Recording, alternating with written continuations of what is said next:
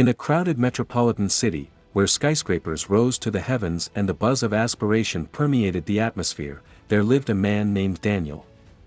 Daniel was taught at an early age that success and riches go hand in hand. He chose a career in finance, putting in long hours and foregoing his free time and enjoyment in an unrelenting quest for wealth. Over time, Daniel ascended the corporate ladder with the goal of accumulating immense riches. After 10 long years of working, Daniel felt a void in his heart that no amount of money or shiny object could fill anymore. Having been taught that success and riches go hand in hand, Daniel thought that the goal in life was to make as much money as possible.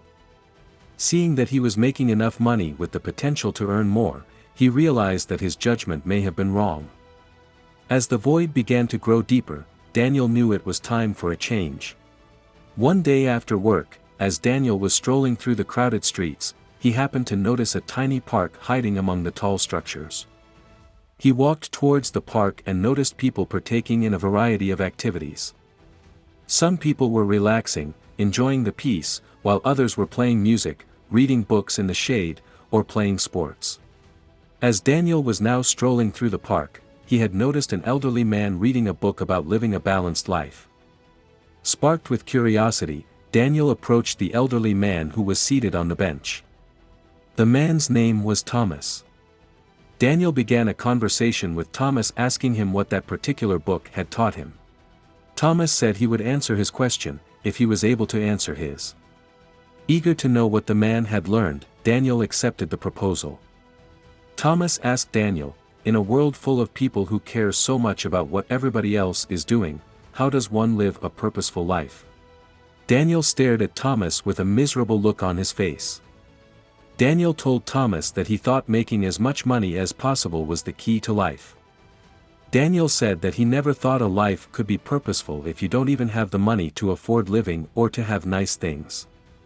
Daniel concluded by saying, I provide for my company, and I help my family and friends when they need me. I think that I am already living a purposeful life. Thomas then tells Daniel that money is important, for without it you will endure a life of unnecessary struggle. But Thomas explains to Daniel that he was missing an important detail. Thomas said you are living a life that is purposeful for others. Thomas pointed out the fact that Daniel provided for his company and his loved ones, but not once did he mention anything about providing for himself. As they conversed, Thomas shared tales from his exciting life, one in which he traveled the globe, made friends with people from different cultures, followed his hobbies, and pursued his passions. He talked of the happiness he had discovered in the little things, in true human connections, and in following his heart.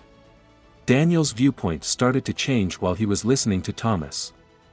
He concluded that life was not just about accumulating wealth and material stuff. Daniel knew that in order to fill that void he had to find purpose outside of a bank account.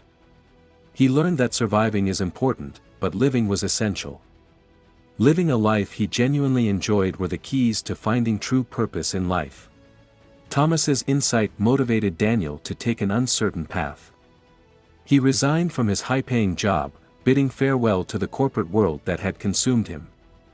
The news shocked his friends and family, who couldn't understand his choice.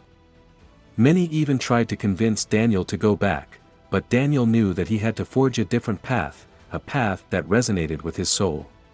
With his newfound independence, Daniel set out on a quest to find the joy he was robbed of over the last decade. He would spend the next few years visiting far-off places, immersing himself in other cultures, and doing voluntary work. He quickly developed relationships with individuals from many walks of life, listening to their tales and sharing his own. He came to appreciate the joys of giving, having an effect on others, but more importantly the joy of living for himself.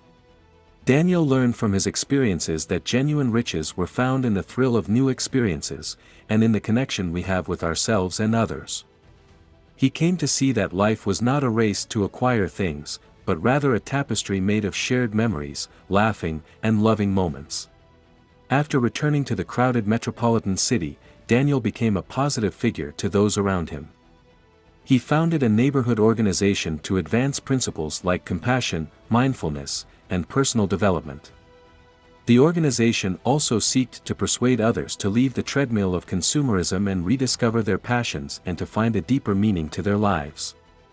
He organized workshops, seminars, and other activities to help expand his community's mindset and widen their horizons. As the organization expanded, Daniel saw how people's lives changed. He witnessed people leaving their comfort zones, going after their aspirations, and experiencing the fulfillment that went beyond material accomplishment. People started giving more importance to their health, their relationships, and their contributions to society. Through his experiences, Daniel learned that life was a priceless gift that should be loved, appreciated, and shared. Finding a balance between work and pleasure, between material goods and authentic experiences, and between financial security and a fulfilling life. Daniel had experienced a profound sense of fulfillment as he heard stories from others about how they too found genuine riches in their lives. Despite all the difficulties, Daniel had learned that the actual worth of life was not determined by money but rather by the difference we make, the love we share, and the memories we cherish. He accepted the beauty of a life well lived with a heart full of gratitude.